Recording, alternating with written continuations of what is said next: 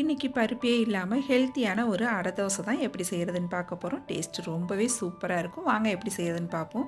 அதுக்கு நான் மக்காச்சோளம் எடுத்து உதுத்து வச்சுருக்கேன். அதை அளந்து எடுத்துக்குவோம். 2 டம்ளர் அளவுக்கு இருக்குது மக்காச்சோளம். இது ஒரு பாத்திரத்தில் சேர்த்து இதிலே ஒரு 1/2 டம்ளர் இட்லி அரிசி சேர்த்து ரெண்டுத்தையும் நல்லா கழுவிட்டு ஊற வச்சு எடுத்துக்குவோம். நல்லா ஒரு 5லேருந்து 6 மணி நேரம் ஊற வச்சுக்கோங்க.